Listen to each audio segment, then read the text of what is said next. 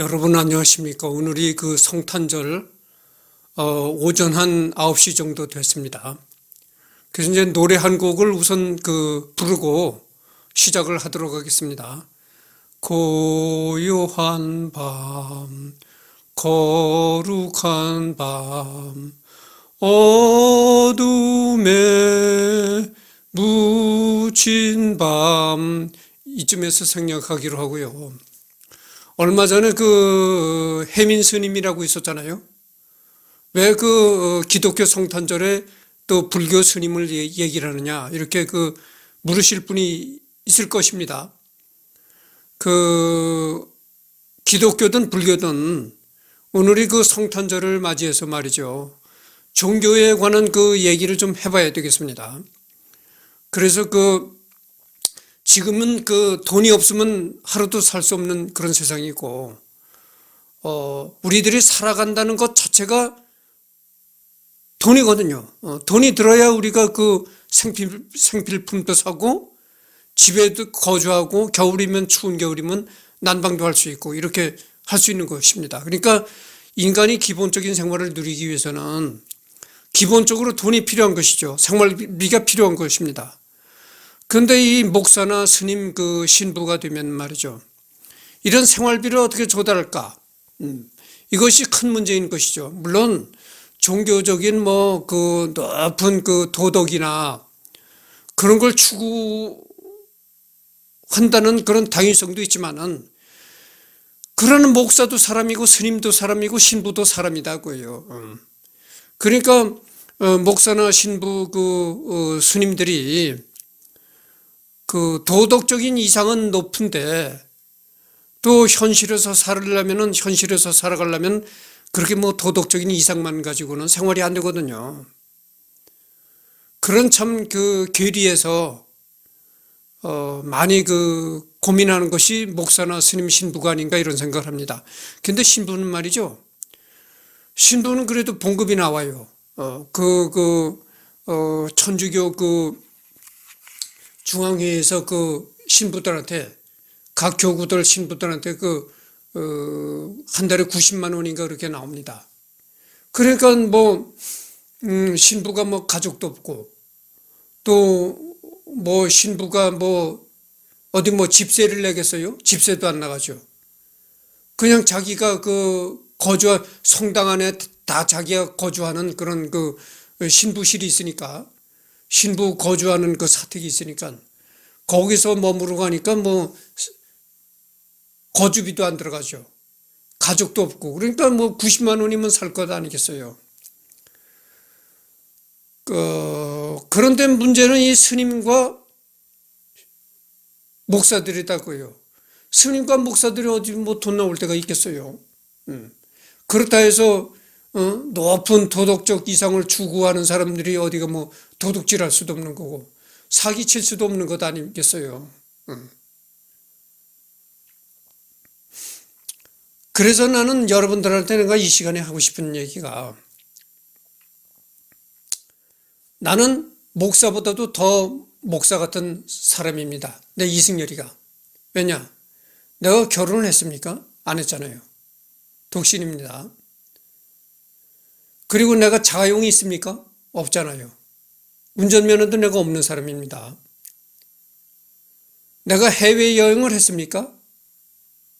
해외여행을 전혀 한 번도 없습니다. 여권이 없어요. 그렇습니다. 보십시오. 내가 왜 목사보다 더 목사 같은 사람이고 스님보다 더 스님 같은 사람이냐면은, 전번에 해민 스님 건이 터졌잖아요. 멈추면 비로소 보이는 것들이라는 책을 쓴 해민 스님 말이죠. 근데 누군가가 그럽니다. 해민 스님이 멈추면 비로소 보이는 것들이라는 책을 써가지고 그 책이 베스트셀러에 오르는 바람에 한 50억 정도를 벌었을 것이다, 이런 예상을 하더라고요. 해민 스님이 그 책을 써가지고 대략 한 50억 정도의 돈을 벌었을 것이다, 이렇게 예상을 하는 사람들이 있더라고요. 보십시오. 해민 스님이 대중교통 탑니까? 아니잖아요. 고급 승용차를 몰고 다니잖아요. 해님 스님이 또 자기 재산도 자기 집도 있었잖아요. 그거 보세요. 나는 스님보다도 더 스님 같은 사람이 있다 그거예요. 스님이 고급 승용차를 타고 자기 집을 갖고 이렇게 해외여행을 하고 이렇게 살아가는데 나는 내 집도 없죠. 결혼도 안 했죠. 가족도 없죠. 해외여행도 안 했죠. 자가용도 없죠. 응? 스님보다도 더 스님 같은 사람 아닙니까 내가. 쇠 속에 있지만 비로소 내 몸은 쇠 속에 있지만 더 스님 같은 생활을 한다고 해요. 예전에 그 법정 스님이 이게 무소유를 주장한 사람이었었잖아요. 법정 스님을 신랄하게 비판한 기독교 목사가 한 분이 있었습니다. 근데 그 기독교 목사의 책을 읽어보고 내가 정말 감탄해서 손바닥을 탁 쳤습니다. 이 사람이 진짜 목사다. 근데 그 목사가 쓴 글을 보니까 그 법정 스님을 어떻게 비판했냐면은 법정 스님이 어떻게 무소유를 주장할 수 있는가? 법정 스님이 무소유하고는 거리가 먼 사람이다. 자, 책을 써서 수필집을 내서 맨날 베스트셀러에 오르니 그 인지세가 얼마입니까? 법정 스님이 해외여행을 할 때 해외여행을 얼마나 많이 했습니까? 인도, 그리스, 거의 세계를 다 누비다시피 한 사람이 법정 스님이다 그거예요. 아니, 해외여행 걸려고 비행기 표를 끊으려면은 스님이니까 비행기 표를 공짜로 드리겠습니까? 하는 항공사가 있습니까? 스님도 돈을 내야 비행기 표를 끊을 수가 있는 것이죠. 그 돈이 어디서 나옵니까? 무소유 신분에서 그 돈이 어떻게 나오느냐 이 말이에요. 그저런 점을 바로 그 목사가 지적을 한 겁니다. 그 법정 스님을 비판한 그 목사는 어떤 분이냐면은 목사임에도 불구하고 교회 헌금만 가지고 생활할 수는 없고 서울에 있는 대형 교회 같은 그런 아주 대형 교회가 아니니까 시골의 조그마한 교회니까 농사를 짓는답니다. 농사를 지으면서 목회 활동을 하는 목사다 그거예요. 그래서 자기는 농사를 지어서 생활비를 충당하고 목사직을 하는 사람이기 때문에 자기는 기독교 목사지만 해외여행을 안 했다는 겁니다. 해외여행도 한 번 안 하고 산다고 해요. 그런데 불교 스님이란 사람이 무소유를 부르짖고 하는 사람이 해외여행을 뻔질나게 하고 해외여행을 갈 때마다 꼭 비서 역할을 하는 스님 하나를 데리고 가고 책을 써서 맨날 베스트셀러에 올라가지고 인지세를 엄청나게 벌고 그게 어떻게 무소유냐? 이렇게 그 목사가 법정 스님을 비판했더라고요. 그런데 그 책을 읽어보고 정말 악기도 얘기지만 박수를 이렇게 쳤습니다, 내가. 이 양반이 진짜 목사로구나. 참 목사로구나. 이런 생각을 했습니다. 내가 왜 이런 얘기를 꺼내는 거 아닌 말이죠. 나는 성당에는 나가지 않지만, 여러 가지 내가 이유 때문에 성당에는 나가지 않지만, 정신적으로는 내가 가톨릭 신도예요. 정신적인 신도다 그거예요. 실질적인 성당에는 안 나가지만 내가 가톨릭 신문도 정기적으로 구독하고 있는 사람이고 그런데요. 조선일보를 보니까 아주 쇼킹한 그런 그 뉴스가 올라왔더라고요. 인도에서 신부가 수녀하고 성당인지 수도원인지 은밀한 공간에서 수녀와 섹스를 벌였다는 겁니다. 그 조선일보 신문을 보니까 그런 기사가 올라왔어요. 그런데 은밀하게 수녀와 이제 섹스 행각을 벌이다가 다른 수녀한테 발각이 된 거예요.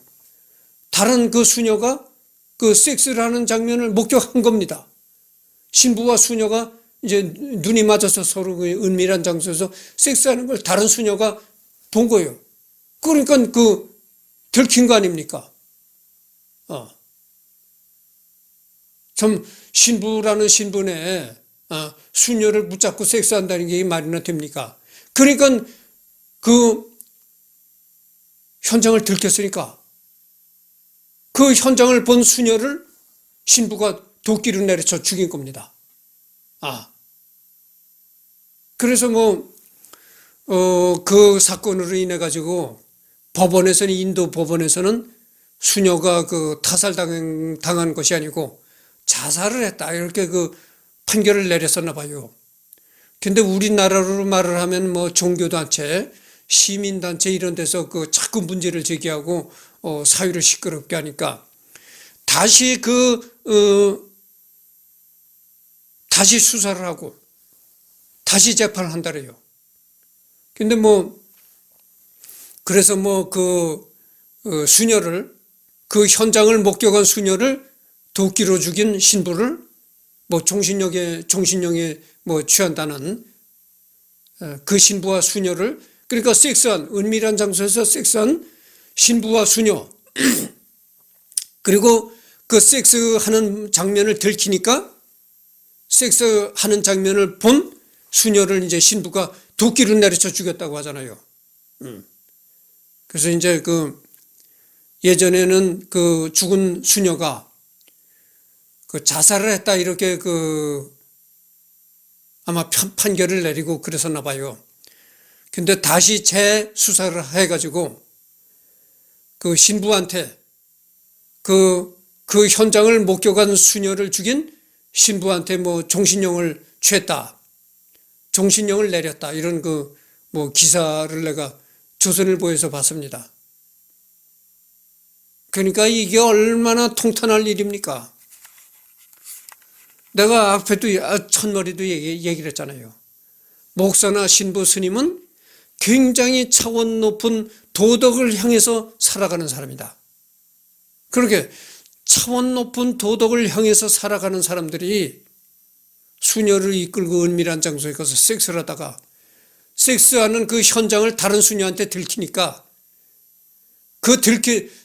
섹스하는 장면을 바라본 수녀를 신부가 도끼로 쳐 죽였다. 참 이게 너무나 쇼킹한 기사 아닙니까? 그러니까 기독교에도 타락한 목사가 있고, 불교에도 타락한 스님이 있고, 가톨릭에도 타락한 신부가 있는 것입니다. 내가 왜 이런 얘기를 하냐면 말이죠. 천마도 내가 얘기를 했지만, 우리가 삶을 살아간다는 것 자체가 돈이 들어요. 돈을 벌으려면 어떻게 해야 됩니까? 너무나 차원 높은 도덕만을 추구해가지고는 참 생활비도 마련하기 어렵거든요. 그런 시기가 있는데, 그래서 아마 그런 것 때문에 이탈하는 좀 타락하는 신부와 스님과 목사가 나오지 않느냐, 이런 생각을 합니다. 그래서 오늘은 목사보다도 더 목사 같은 게 이승열이고, 스님보다도 더 스님 같은 게 이승열이고, 신부보다도 더 신부 같은 게 이승열이다, 이런 말씀을 드리면서 예수님이 오신 날이고 성탄절이라 특별히 종교에 관한 그런 얘기들을 해봤습니다. 그렇게 이 종교가 타락되고 있어서 오늘날 많은 사람들이 그래서도 또 종교를 멀리하지 않겠는가, 이런 생각을 해봅니다. 그래서 또 아껴도 내가 거듭되는 얘기입니다만은, 시골에서 농사를 지으면서 생활비를 충당하고 그러면서 목사직을 수행하는 목사가 법정 스님을 비판한 그 책을 읽고 내가 굉장히 감동을 받았습니다. 진짜 그 목사 말이 맞는 거예요. 법정 스님이 진짜 무소유로 살아나요? 아니잖아요. 법정 스님이 자가용 탔죠. 해외여행을 했죠. 책을 써서 인쇄를 엄청나게 받아들였죠. 해외여행 갈 때마다 혼자 갔습니까? 비서 역할하는 스님 물국 대동하고 갔죠. 그런 사람이 어떻게 무소유를 주장할 수 있느냐 그거예요. 여러분 그 목사 말이 절대 맞죠. 예. 그 농사를 지으면서 목회 활동을 하는 그 목사님의 말이 맞다는 걸 누구든지 인정할 것입니다. 하여튼 그래서 오늘은 그 예수님 오신 날 성탄절을 맞이해서 종교에 관한 얘기를 했습니다. 여기서 마치도록 하겠습니다.